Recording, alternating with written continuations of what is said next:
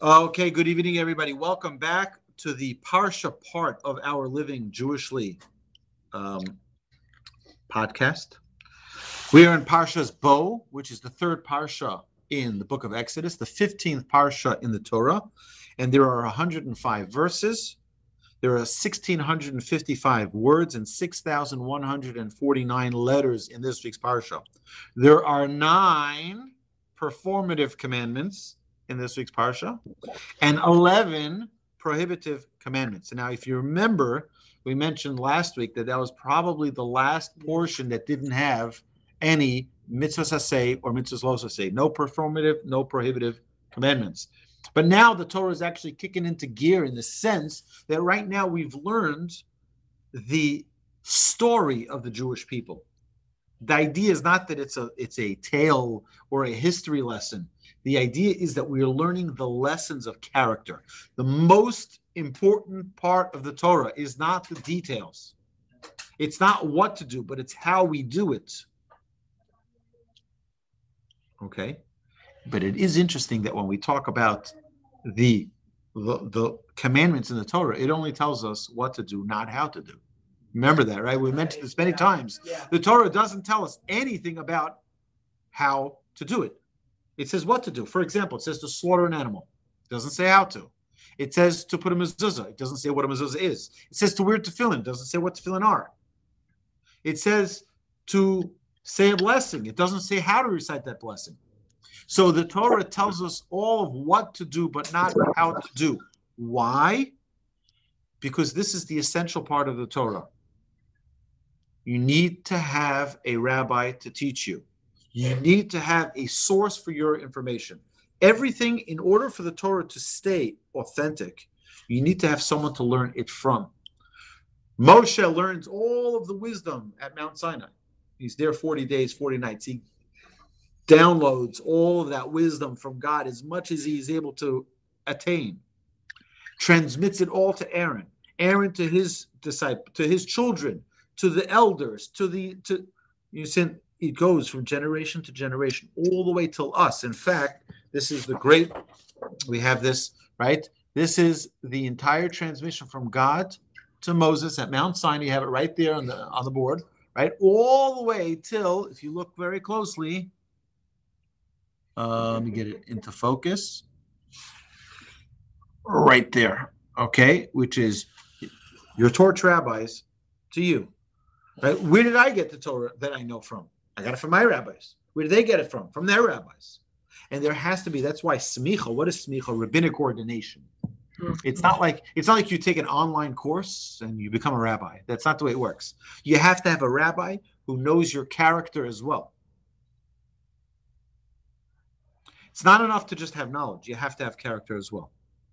And if I may, I don't want to bring this up online. We'll talk about this after class. So this will be part of the segment. We'll turn off the recording.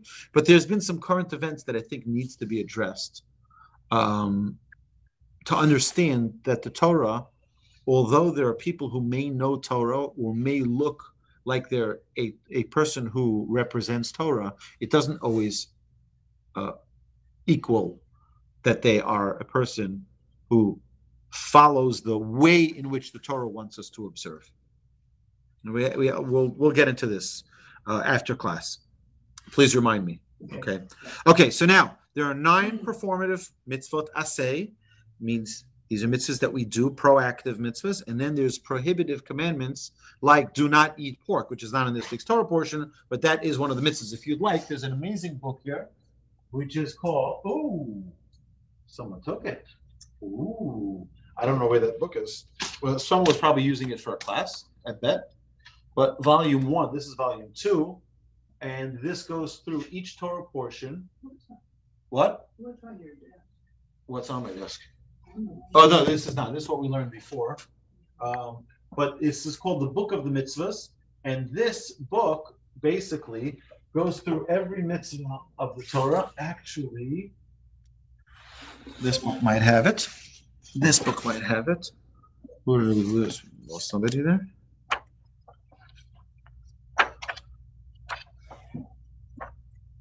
So if we take all the mitzvahs, here we go.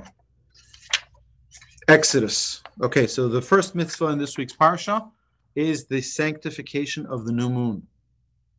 Because you have to understand where the Jewish people are at this very moment is in the desert, right?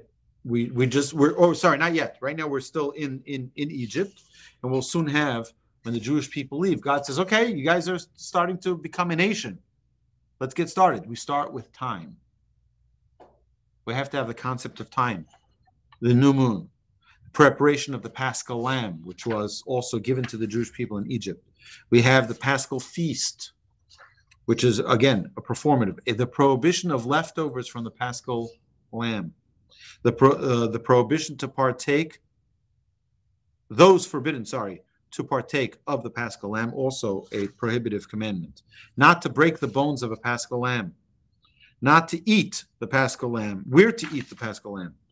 The ban on eating leavened food during Passover, right? Chametz. Sanctification of the firstborn human and animals. And then we have the commandments relating to the story of Exodus to one's child. That's a commandment, right? The performative commandment. The redemption of the firstborn of the donkeys, and the belief in one God. I believe this is. No, that's next week's Torah portion.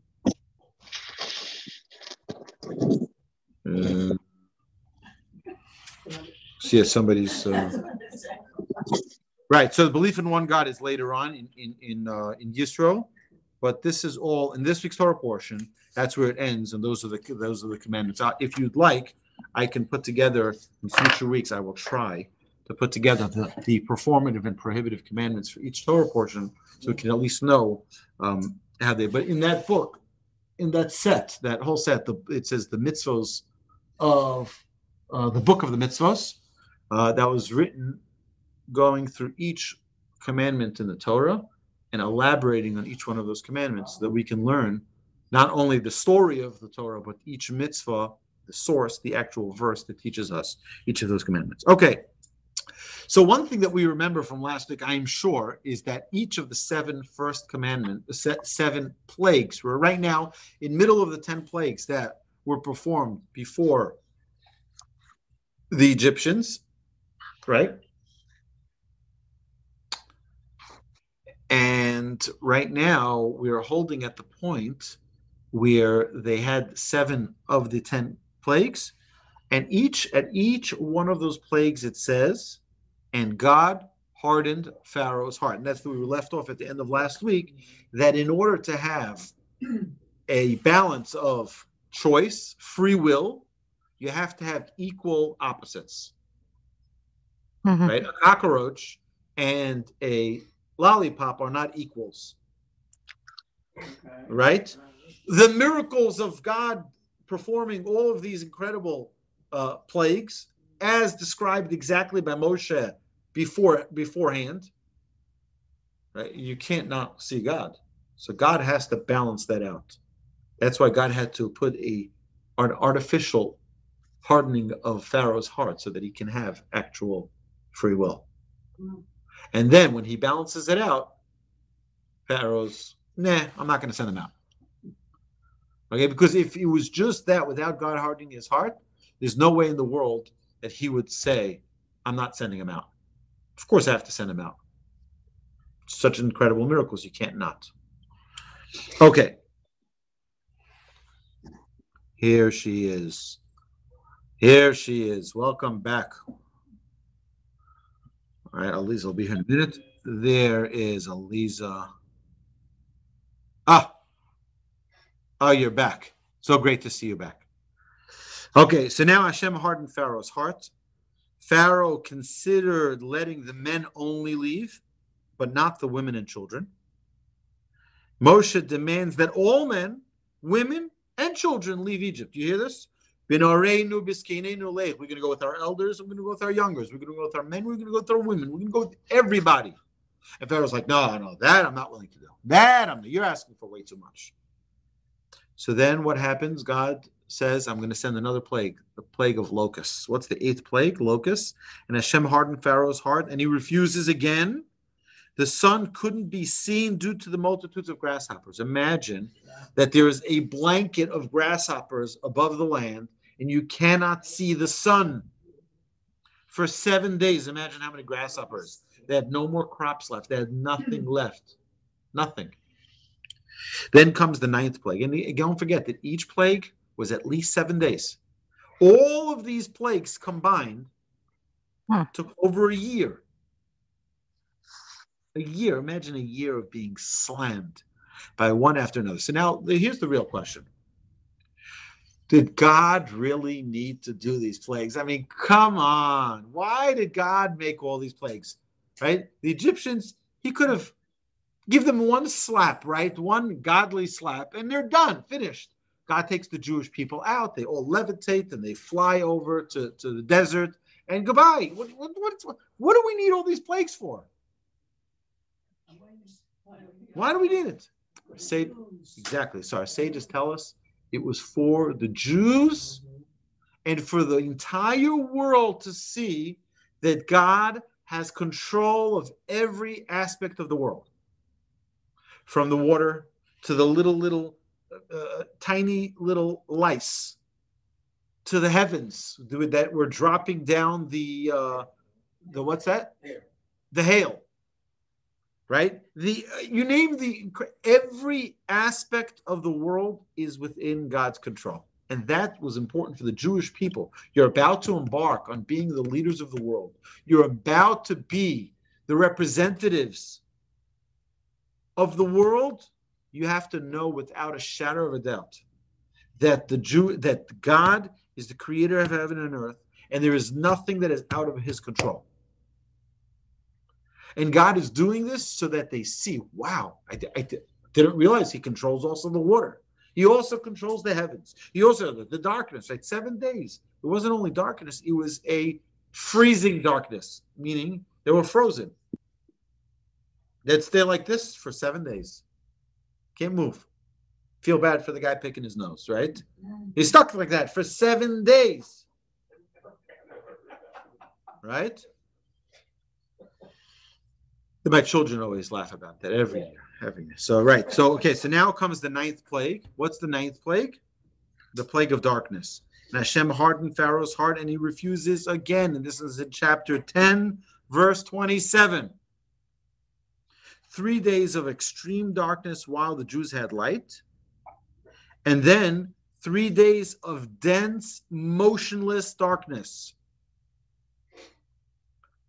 Right, 3 days, the Jewish people had light, but then it was more than just that. It was for them it was dark, but for them it was light. Then it got to 3 days where it was so dense, the darkness, that they were frozen in position. Locked. Can't move.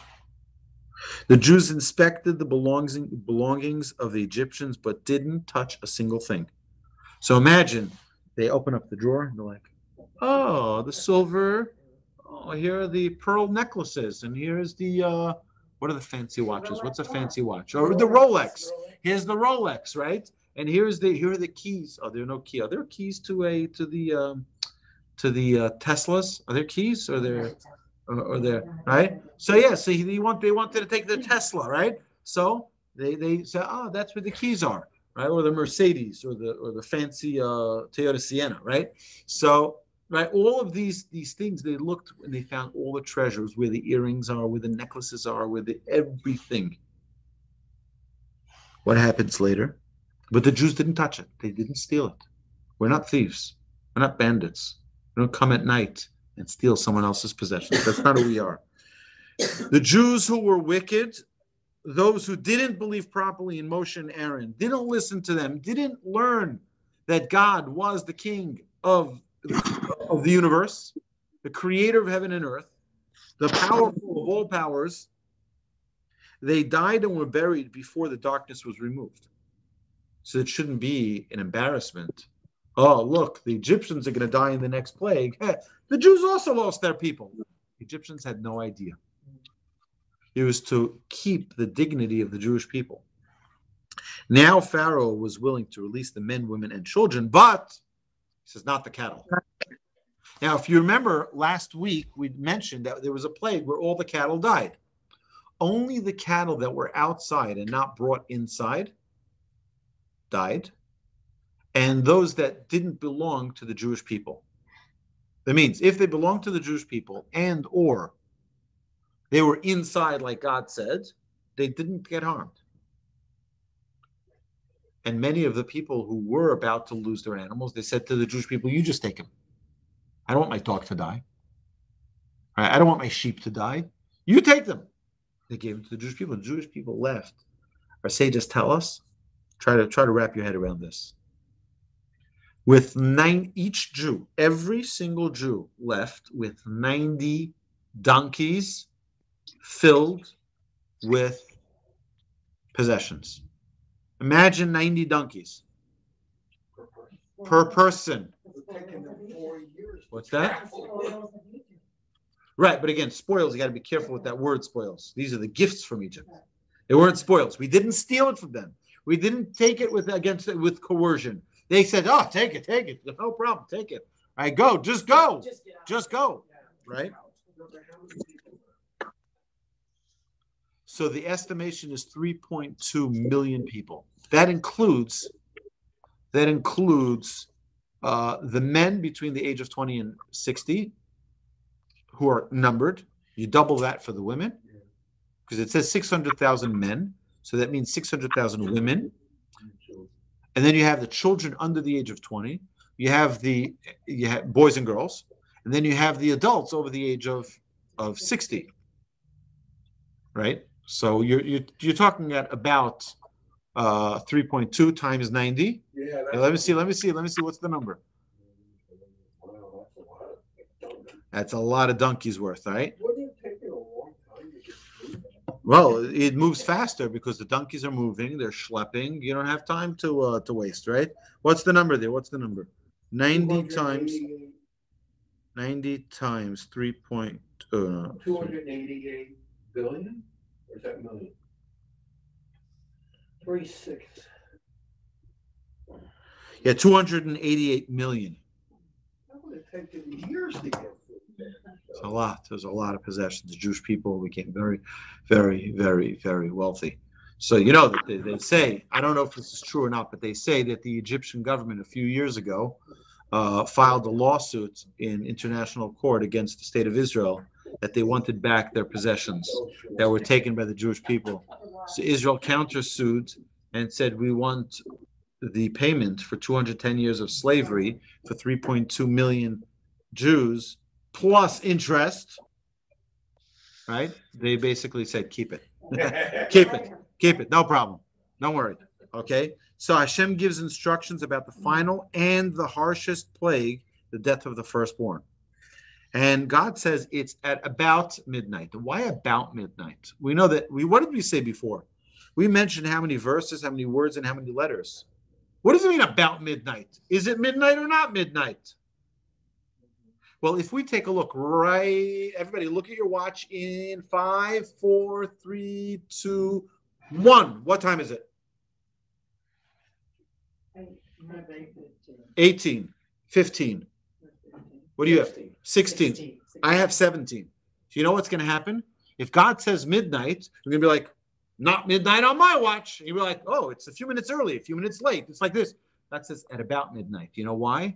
Because God knows that the Jewish people are skeptical people, right? We're always going to be like, he said midnight, but it's not midnight. I'm sorry, on my watch, it's not midnight. We saw right here in the room, right? Everyone's looking at their watch, and everyone comes up with a different time. So God says at about midnight. So for one person, it'll be a minute earlier, and one person will be a minute later. For one person, it'll be 10 minutes faster and 10 minutes slower. It's about midnight, right? That's why you know why the Torah says it's about midnight. Pharaoh yells to leave his palace and never return again. So it's not snacks, he smacks his cheek. Apparently Moshe gave Pharaoh a patch. He gave him a patch. And that was his farewell. It was his farewell from Pharaoh. He says, I will never see you again, right? Now, some of the mitzvahs, we have the mitzvah of Rosh Chodesh, and we have, I think it's 2 mitzvahs must be observed before the Exodus, Korban Pesach and Milah, right? What is that? Tied to bedpost for 4 days to examine the blemishes and to defy their God. And then the other is blood on the doorpost demonstrated their belief in Hashem.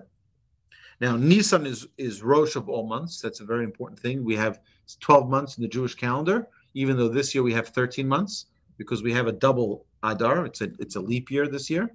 But the first month of the Jewish calendar is Nisan, not Rosh Hashanah. Rosh Hashanah comes in Tishrei, but that's not the beginning of our months. That's the beginning of our years, not our months. Okay? It can be confusing, but I actually want to introduce a new program, which is a general knowledge of Judaism course. I'm thinking of doing this sometime in the coming weeks to launch maybe a 10-week or a 12-week series to talk about general knowledge, like the months of the year. Talk about what the names of the months, but what are the characteristics of each month, all the different blessings like we discussed. Talk about the letters of the alphabet and try to identify some of the incredible parts of that. There's so many holidays, get to know all the holidays and do like a primer on all of Judaism, the basic knowledge. So that would be a great class. All right, so I have to find out when is good for the Marvins, and then we schedule a class. Well, it would be a good class. Yeah. Okay, so then we have the 10th plague. Then we have the 10th plague. Oh, one second. The festival of Passover is declared. Now, it's very important to understand why there's such a great mitzvah to tell our children about the miracle. It's an amazing thing if you think about it. Why in the world should we have a commandment like Memorial Day, right? Think of Memorial Day. What do people do on Memorial Day? They have a barbecue. Does anybody sit and talk about what happened, what transpired that we have a Memorial Day? Not really. Yeah, some people put out flags. Some homeowners associations do that, right? They put out American flags. But here it's more than just a Memorial Day. This is our day. This is the day that we became a nation. This is the day that we gave up on all of our own securities and secured ourselves by Hashem alone. And that's why it's important for us to tell the tale to our children. We're not just another nation. We're not just another people. We are the chosen people. God did these miracles for us so that we can tell you. So we can talk to you about those 10 plagues. Okay. The 10th plague was the death of the firstborn, and this time Pharaoh surrenders completely. Why? Just tell us Pharaoh was a firstborn. And he was afraid. He was about to die. Yeah. So the Jewish people asked for gold, silver, garments as Hashem commanded. And they said, yes, Hashem did. They say that later on, the king of Nineveh was actually Pharaoh. And he repented. But that's a different class. We'll get to that.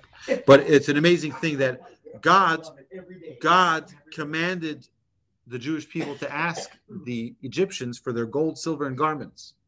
I want the Gucci, right? I want the Prada, all right? I want the Ferragamo, right? Whatever it is, whatever the fancy brand, Marc Jacobs, right? Louis Vuitton. Tory Birch. Jewish? Yeah, she's Jewish. Of course. Her mother is Jewish. There you go. If her mother's Jewish, she's Jewish. That's right. There you go. Right. So they say, the Egyptians say, well, we don't have anything. I don't know what you're talking about. They're like, open up that little drawer. Oh, that's what I'm talking about. And open up that little drawer, because the Jewish people knew where everything was hidden, right? They didn't take anything. They were given it. Okay, Moshe gets Joseph's remains while everyone is collecting the, quote, loot from the Egyptians. Moshe fulfills the promise given to Joseph, and he gets Joseph's remains to bury them in Eretz Yisrael, and then he also cuts the shittim wood that were needed for the Mishkan. So all the Jews now are becoming from impoverished slaves. They're falling into the most incredible wealth. It's like they win the lottery. Right? Tonight's the lottery is how much? Is $600 million, right? Imagine every Jew won that $600 million. $600 million. It's amazing. Right? And every Jew walks out with all of those riches. Moshe is sitting, collecting the trees that they're going to need for the tabernacle, getting Yosef's bones from the Nile, right? It's like, where's Moshe's riches? Our sages tell us that when Moshe cut the stones of the tablets, the second tablets, so he cut them himself. It says that it was ruby stones, very expensive ruby stones. I think it was ruby. I think so. I might be mistaken. And God says to him, those particles, those parts that you cut off of that stone to shape it like the original tablets, those extra pieces, that's for you. That's for you to keep.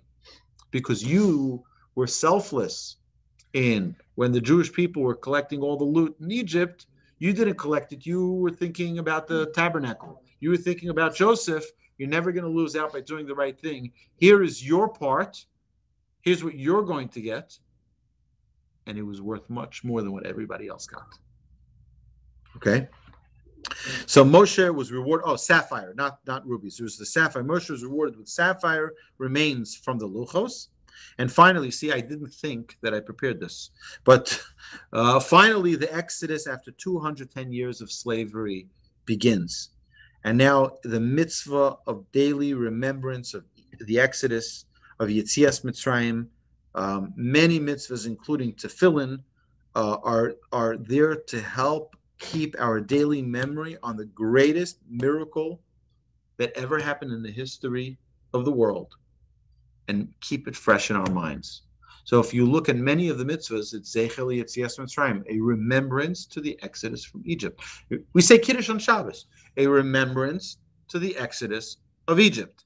We put on tzitzit, a remembrance of the Exodus from Egypt. We put on tefillin, a remembrance. All of the mitzvahs that we have, many, not all, but many of the mitzvahs, a remembrance. Why? Because at any point of time that a person has confusion, they're like, prove to me that there's a God. Show me there's a God. I say, you know what? There was actually a miracle that we all saw.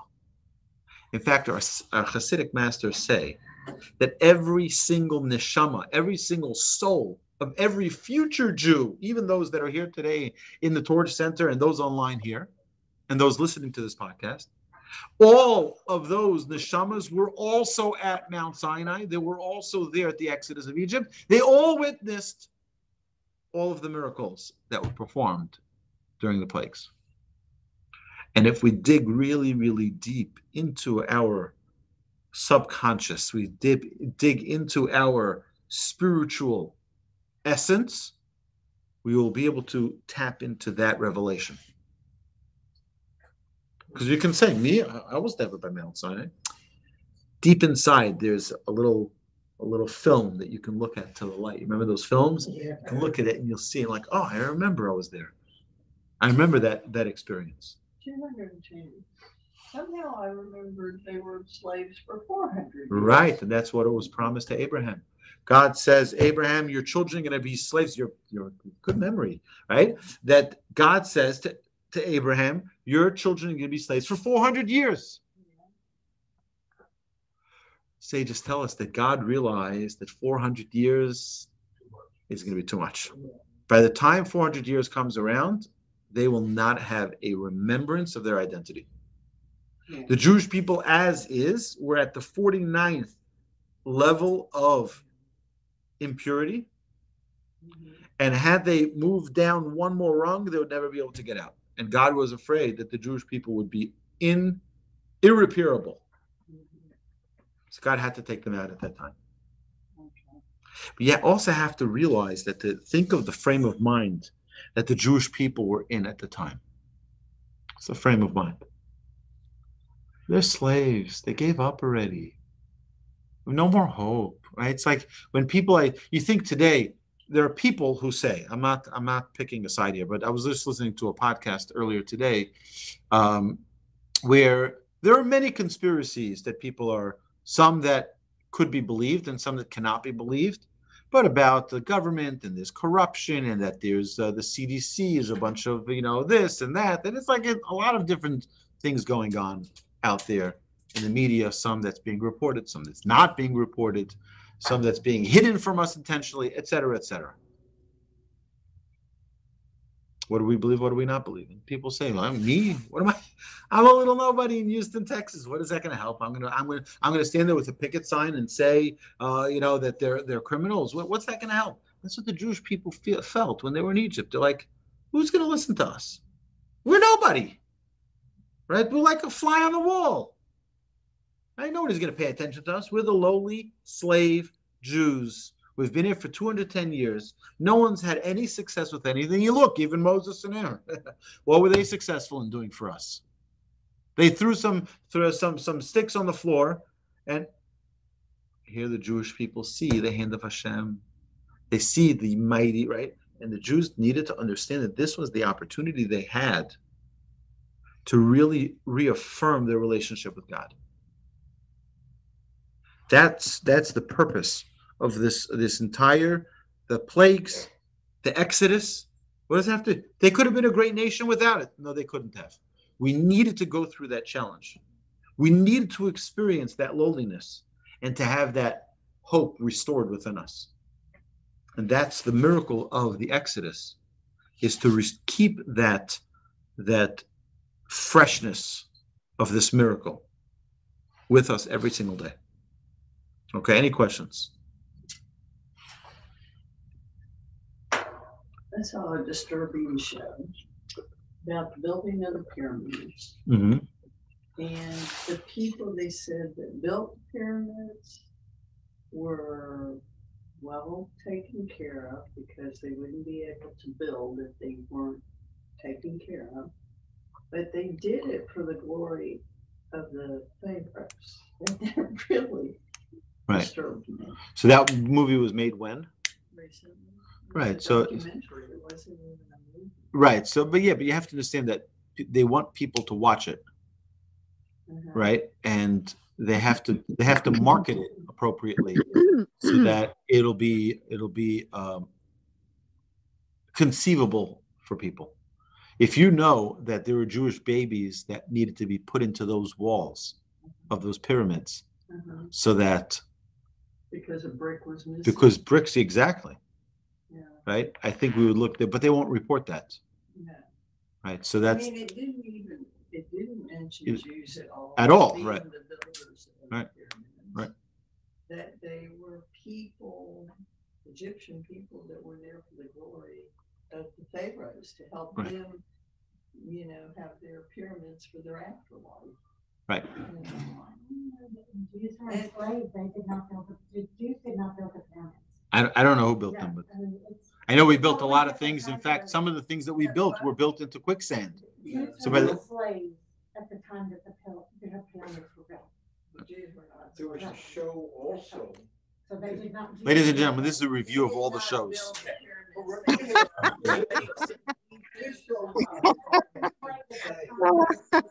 Natural disasters. They were not. Of course. In fact, yeah.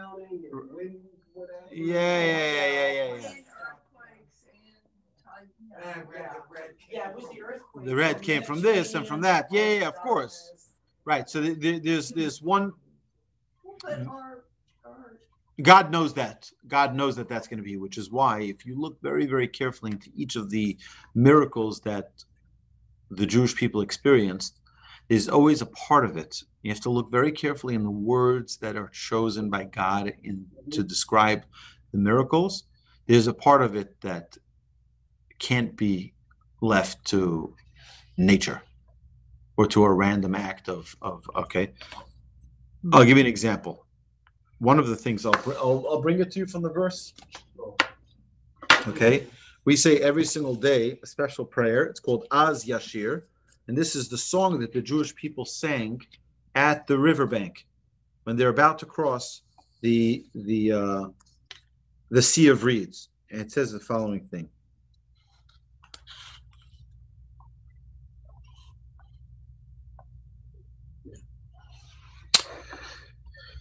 When Pharaoh's cavalry came with his chariots and horsemen into the sea, and Hashem turned back the waters of the sea upon them, the children of Israel, listen to these words. This are words from the Torah, but we recite this in our prayer every morning. The children of Israel walked on dry land amid the sea. I brought this many times, right? Mm-hmm. On dry land amid the sea. So now I hear, if you tell me that there were winds and therefore they were able to separate the waters, I hear that. But would it make the land beneath it dry? Yeah, right. That would never happen. It's impossible. It has to be separated for such a long period of time for that water to be. And plus, give me a break. Could take the water out of the But it was split. Everybody agrees it was split. But it wouldn't make Right? the But it sand wouldn't make dry. the sand beneath it dry. And this is in our Torah. It's repeated again here in the verse. You can look at it. It's in Deuteronomy.